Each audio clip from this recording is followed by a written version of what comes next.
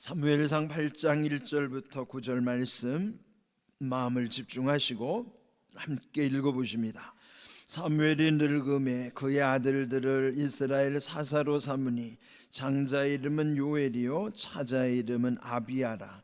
그들이 브엘세바에서 사사가 되니라.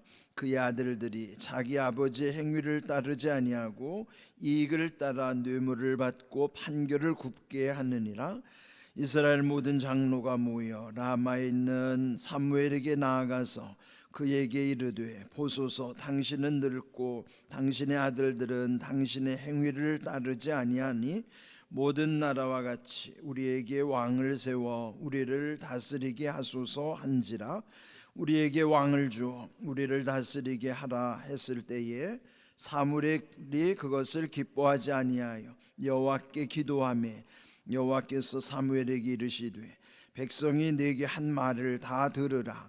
이는 그들이 너를 버림이 아니요 나를 버려 자기들의 왕이 되지 못하게 함이니라. 내가 그들을 애굽에서 인도하여 낸 날부터 오늘까지 그들이 모든 행사로 나를 버리고 다른 신들을 섬김같이 내게도 그리하는도다. 그러므로 그들의 말을 듣되 너는 그들에게 엄히 경고하고 그들을 다스릴 왕의 제도를 가르치라. 아멘. 사무엘상 7장과 8장에는 시간의 그 흐름이 있어요. 7장은 사무엘의 젊은 시절이었다면 이 8장 1절에서 말씀하는 것처럼 사무엘이 늙음에, 사무엘의 노년의 때에 기록한 내용입니다. 그런데 오늘 제목처럼 사무엘이 늙음에, 우리도 언젠가는 다 늙게 되죠. 누구나 다 태어났으면 늙고 그 다음 병들다가 죽을 수밖에 없는 생로병사의 과정을 다 겪습니다. 그런데 이제 성경에서 그의 나이가 많았다는 것에 대한 영적인 분별력이 좀 떨어지는 것을 여기서 말씀하고 있습니다. 물론 우리가 생리적으로도 나이가 들면은 몸도 이제는 옛날 같지 않죠. 또 우리의 생각도 마음도 또 그런 모든 것이 그 젊을 때 같지 않습니다. 그래서 우리가 노년에 나타나는 현상들을 먼저 인정하는 게 중요해요. 이제 연세 드신 분들이 따끔 그런 말씀을 하십니다. 나이가 들리니까 노욕이 생긴다는 거예요. 그는 뭐냐면 늙으면 생기는 욕심들이 있다는 거죠. 저는 아직 그 과정을 겪지는 않았지만은 그렇게 말씀해 주시는 말씀 앞에 경청하게 되는 거예요. 그래서 이제 이따금 어르신들 이제 그런 말씀들 예전에 많이 들었어요. 나이가 들으니까 애가 되는 것 같다. 그저 옛날에는 아무렇지도 않게 들리던 말이 조금만 서운한 말을 들으면은 그렇게 섭섭할 수가 없고 그 마음이 그렇게 약해진다는 거예요. 그러면 우리가 이렇게 나이가 들어서 나타나는 현상은 누구나 다 겪는 현상이기 때문에 그를 이제 자연스럽게 받아들일 수밖에 없죠. 그런데 이제 또 모세는 나이가 120, 그가 죽을 때에도 눈이 흐리지 않고 기력이 쇠하지 않았다고 한 것처럼, 근데 이제 그가 육체적인 것도 그렇지만은 영적으로도 그랬다는 걸 말씀하는 겁니다. 물론 우리가 육체가 쇠할 수밖에 없다 하더라도 그러나 우리가 영은 흐려져서는 안 되는 거예요. 그러니까 오늘 이 사무엘이 늙음에라고 하면서 나타나는 문제가 있습니다. 여기 1절에 보면은 그의 아들들을 이스라엘 사사로 세웠다. 사사라고 하는 것은 이미 우리가 앞에서 사사기를 묵상했듯이 사무엘의 시대도 여전히 사사 시대예요. 또 여전히 사무엘도 사사의 직분을 감당했고요. 전에 말씀드린 것처럼 공식적으로 이스라엘의 마지막 사사는 사무엘이란 말이에요. 근데 여기에 아버지로서 아들을 사사로 삼았다? 그래서 이거는 위법이에요. 사사는 하나님이 그 시대에 인물을 세우는 것이지 아버지가 자식을 사사로 세울 수 없는 거예요. 사사는 왕권 시대가 이르기 전에 그저 어떤 현안들을 위해서 하나님이 그때마다 세우는 지도자를 사사라고 하는 거예요.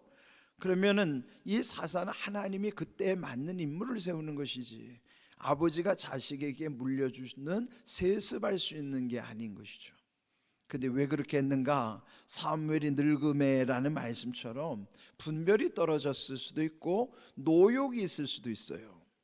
욕심으로 인하여. 그러나 어찌하든지 이것은 하나님이 기뻐하시지 않는 일이기도 합니다. 그런데 결국 그들을, 두 아들을 사사로 세웠는데 역시 그 아들들도 또 실망을 끼치는 거예요. 그런데 그들의 이름을 여기서 굳이 밝히는 까닭, 두 아들의 이름을, 큰아들 이름은 요엘, 둘째 이름은 아비야. 이름은 참 좋은 이름이에요. 요엘의 요는 여호와라는 뜻이고, 엘은 엘로힘, 하나님의 뜻이에요. 그 요엘은 뭐예요? 여호와는 하나님이시다, 그런 뜻이에요. 요엘, 여호와는 엘로힘, 하나님이시다. 그러니까 여호와를 하나님으로 섬긴다는 신앙 고백이 얼마나 귀한 일이에요. 둘째 아들 아비야 할 때 야도 야훼거든요. 아비라는 건 우리말의 아비라는 뜻과도 같아요. 아버지란 뜻이죠. 아비야는 뭐예요? 여호와는 아버지시다. 여호와가 아버지시고 여호와를 나의 하나님으로 섬기는 두 아들은 이름은 얼마나 좋아요. 사무엘이 그 자식들의 이름을 잘 지은 것처럼 자식들은 아버지의 뜻대로 제대로 살지를 못했어요. 그 좋은 이름을 가지고 비록 사사로 지명이 됐는데 3절, 그 두 아들들이 아버지의 행위를 따르지 않고 이익을 따랐다. 아버지처럼 살지 않고 자기 사익을 취하면서 자기 욕심을 따라서 뇌물도 받고 판결도 굽게 하는 거예요. 사사가 하는 중요한 기능은 판결하는 일이에요. 백성들의 무슨 시시비비를 가려주는 일을 이 사사가 해야 되는데, 뇌물 받고 당연히 뇌물을 받으면 바른 판결을 할 수 없겠죠. 그래서 결국은 뇌물을 받고 판결을 굽게 했더라. 그럼 백성들이 그걸 인정 안 하죠? 그럴 때 나타나는 게 원망과 시비가 생길 수밖에 없어요. 이런 모든 문제들이 계속 드러나다 보니까 결국은 이것을 빌미로 해서 4절, 이스라엘 모든 장로들, 지도자들이 모여서 라마에 있는 사무엘에게로 온 거예요. 라마는 사무엘의 고향이죠. 그래서 사무엘에게 만나서 요구하기를, 당신은 늙고 당신의 아들들은 당신의 행위를 따르지 아니하니. 이제 문제가 두 개가 있어요. 당신은 너무 이제 늙어서 분별이 떨어진다는 거예요. 그래서 이제 자기에게 맡겨준 기회, 그거를 소중히 여기고 이제 때가 되면은 나름대로 리더십도 이양을 해야 되잖아요. 그래서 이 목회도 보면은 목회 정년을 정해놓은 것도 다 그런 것을 배려해서 그럴 것이죠. 그런데 이 사무엘의 문제도 늙어서 지도력을 감당하지 못할 뿐만 아니라 그 아들들도 아버지의 뜻을 따르지 않아서 결국은 그 아버지도 아들들도 문제로 인하여, 그렇다면 문제는 어떻게 합니까? 그걸 해결해야겠죠. 그래서 그들이 요구한 해결책은 그 다음 말씀에 보면은 우리 다른 나라와 같이, 모든 나라들과 같이 우리에게도 왕을 세워서 우리를 다스리게 하시옵소서. 그러니까 그 이스라엘 나라 외에 주변의 모든 나라는 다 왕권 사회거든요. 왕을 세워서 치리하는 거예요. 근데 이것은 보면은 사실 그동안에는 이스라엘의 왕이 없었던 게 아닙니다. 사사 시대는 하나님이 왕이심을 알려주시는 시대예요. 하나님이 다스리시는 거예요. 사사를 세우시고 진정한 왕은 하나님이심을 알려주시는 겁니다. 그런데 이들은 주변 나라의 왕권 사회를 그냥 부러운 것이죠. 여러분, 하나님의 은혜를 깨닫지 못하면요, 자기 욕심에 따라서 다 모든 것이 남의 떡이 더 커 보이고 남의 것이 더 귀해 보이는 거예요. 그러면 자기 것이 귀하다는 사실을 잊어버리는 거예요. 그러니까 하나님의 은혜를 놓치면요, 다 남의 것만 부러워한다고요. 아니 자기 가정이 얼마나 소중한데 왜 남의 가정을 부러워합니까? 내 아내가 귀한데 왜 남의 아내에다가 눈독을 들여요? 그러니까 이런 현상들이 왜 생깁니까? 하나님의 은혜를 잊어버리면 다 그렇게 됩니다. 욕심에 취해가지고 결국은 남의 떡에 더 관심을 갖는 거예요. 지금 이 백성들도 물론 문제가 없지는 않아요. 그렇다고 해서 문제를 하나님께 맡겨야지, 이들은 오히려 자기들의 욕심대로, 또 주변의 나라들의 것이 더 좋아 보이니까 우리도 다른 나라들처럼 왕을 세워주십시오 라고 요청하는 거예요. 그러면 이것이 하나님의 뜻이 아니라는 것을 사무엘은 알아요. 6절을 보면 우리에게 왕을 주어 우리를 다스리게 하라 했을 때 사무엘이 그것을 기뻐하지 아니하고 하나님께 기도하였다. 그러니까 이게 이 사무엘이 아직 분별이 좀 떨어지긴 했어도 그래도 아직까지 왕을 요구하는 그들의 그 모습이 하나님의 뜻이 아니라는 것을 아는 거죠. 그래서 하나님 기뻐하시지 않는다는 것을, 그러나 자기 감정에 휘둘리지 아니하고 하나님께 기도하는 거예요. 우리가 보통 보면은 내가 듣고 싶은 말 내가 들으면 기쁘죠. 그런데 여러분, 기쁘지 않은 일이 있을 수 있어요. 그건 뭐예요? 흔히 내가 듣고 싶지 않은 말이라든지 내 마음이 상하는 일이라든지, 그걸 이제 여기서 기쁘지 않은 일로 표현했는데, 여러분이 이따 그럼 기쁘지 않는 일을 당했을 때 감정에 휩싸이기 쉬워요. 내 감정으로 대처하기 쉽단 말이에요. 근데 그때 조심해야죠. 사무엘처럼 해야 됩니다. 어떻게 해요? 기뻐하지 않는 일이 생겨도 먼저 하나님께 기도해야 돼요. 여러분도 이따 그럼 기뻐하지 않는 일, 그런 말이면 속상한 일이, 한마디로 말하면 마음 상하는 일, 속상한 일 생기면 그때 여러분의 기분에 따라서, 감정에 따라서 하지 마시고 하나님께 기도하십시오. 이게 정답이에요. 하나님께 기도하는 이 사무엘, 그때 사무엘에게 말씀하시죠. 7절, 백성이 내게 한 말을 다 들으라. 일단은 들어보라는 거예요. 하나님이 얼마나 멋지십니까? 말 같지도 않은 말을 해도 일단은 다 들으라는 거죠. 그러니까 여러분도요, 이따 그 말할 때 누군가가 내 마음에 안 맞아도 그냥 일단은 다 들어주세요. 예? 그냥 들으세요. 하나님도 그러잖아요. 일단은 백성들의 말을 다 들으라.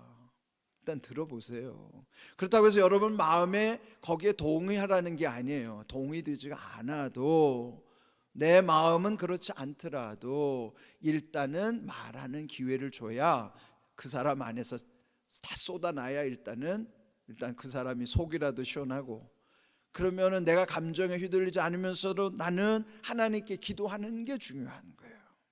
지금 사무엘에게 하나님이 이게 하나의 문제 해결책을 말씀해 주신 것이죠. 그러면서 그들이 너에게 와서 불평하고 또 왕을 세워달라고 하는 것은 너를 버리는 것이 아니라 나를 버리는 것이라 말이야. 자기들의 왕이 되지 못하도록, 하나님이 그들의 왕이 되지 못하도록 너를 버린 게 아니라 나를 버린 것이다. 이 말도 우리가 잘 새겨야 돼요. 우리가 사람과의 관계를 대하지만은 사실은 사람과의 관계가 하나님과의 관계가 반영이 됩니다. 그게 반영이 안 될 수가 없어요. 사람을 대하는 태도는요, 하나님을 대하는 태도에서 그대로 나와요.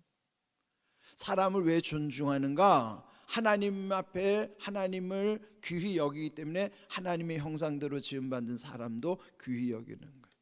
그러면 사람을 막대하거나 사람을 함부로 할 때 막말을 퍼부으면 그 사람의 하나님과의 관계도 그런 관계예요. 그 여러분 잘 생각하셔야 돼요. 우리가 사람의 관계와 하나님의 관계가 전혀 상관이 없는 게 아니라 하나님과의 관계가 사람들 속에 투사된단 말이에요. 반영되는 거예요. 그 믿음이 그 사람과의 관계 속에서 다 드러나요. 그래서 우리가 늘 사람과의 관계를 참 하나님과의 관계 속에서 이루어진다는 사실을 늘 생각해야 됩니다. 그러면서 여기 하나님 그러시잖아요. 그들이 하는 거는 나에게 하는 태도야. 그게 지금 마찬가지예요. 우리가 사람들에게 하는 태도가 하나님께 하는 태도와 별로 다르지 않아요. 그게 반영될 수 있다는 거예요. 완전히 똑같을 수는 없겠지요. 그러나 보이지 않게 그 속에 다 스며들어 나타날 수밖에 없다 하는 것입니다. 그러면서 여기서 8절 옛날에 있었던 말씀하시죠. 내가 그들을 애굽에서 인도하여 낸 날부터 오늘까지 그들의 마음에 하나님께 그랬다는 거예요. 애굽이라고 하는 그들은 옛날에 억압당하던 시절에 있었었는데 하나님이 그들을 구원해서 가나안에 오게 하셨잖아요. 그들이 애굽에 있을 때는 애굽의 왕으로부터 억압당하고 착취당하고 고통당했었는데 이제 이곳 이 가나안에 와서도 애굽의 왕 같은 존재를 또 세워달라는 거예요. 그게 얼마나 어리석어요. 하나님이 왕이시면 하나님은 우리를 자유케 하시는 왕이시지만은 세속적인 왕은 억압하고 자기를 위하여 착취의 대상으로 삼는 나쁜 왕일 수밖에 없어요. 이렇게 지금 하나님이 심기가 불편하지만 그렇지만은 사무엘도 하나님의 마음에 온전한 것은 아니에요. 지금 사무엘도 분별이 떨어져서 하나님의 뜻에 반하여 자기 아들을 사사로 세웠다 하더라도 하나님은 이렇게 함부로 말씀하시지 않아요. 사무엘에게 너 이거 잘못했다라고 그냥 그대로 책망하시지도 않은 거예요. 이런 모습을 보면 하나님이 얼마나 멋지신 분인가. 오래 참으시면서도 이렇게 우리를 대하시는 모습을 우리가 참 여기서 참 깊이 새겨보아야 되는 말씀입니다. 그러면서 9절의 마지막 결론이 뭔가 그 백성들의 말을 듣되 그들에게 엄히 경고하고 다스릴 왕의 제도가 어떤 것인가를 가르쳐줘라 하는 거예요. 일단은 다 들어보고 그들의 잘못된 것에 대해서 다 말씀하고 엄히 경고하라는 거예요. 하나님의 뜻을 따라 엄히 경고한 다음에 그 왕의 제도에 대해서 가르쳐주라는 거예요. 그는 뭘까요? 하나님의 뜻 안에서 그들이 옳게 분별하기를 원하시기 때문인 것이죠. 오늘 주신 이 말씀 속에도 보면은 우리도 늙을 때가 오지만은 또 지금 연로하신 분들도 우리들이 중요한 거는 내 노욕이나 내 고집으로 살아가는 것이 아니라 하나님 앞에 기도하면서 하나님의 뜻을 따르는 믿음. 그래서 모세와 같이 우리가 죽을 때까지 우리의 눈이 흐려지지 않고 영안이 흐려지지 아니하고 또 기력이 쇠하지 않는 은혜로 살아갈 수 있도록 여러분 오늘 주신 이 귀한 은혜 안에 산다고 하는 게 얼마나 감사한 일인가 늘 새기시면서 하나님의 은혜 안에 모든 일 아름답게 이루어질 수 있기를 주님의 이름으로 축복합니다. 아멘.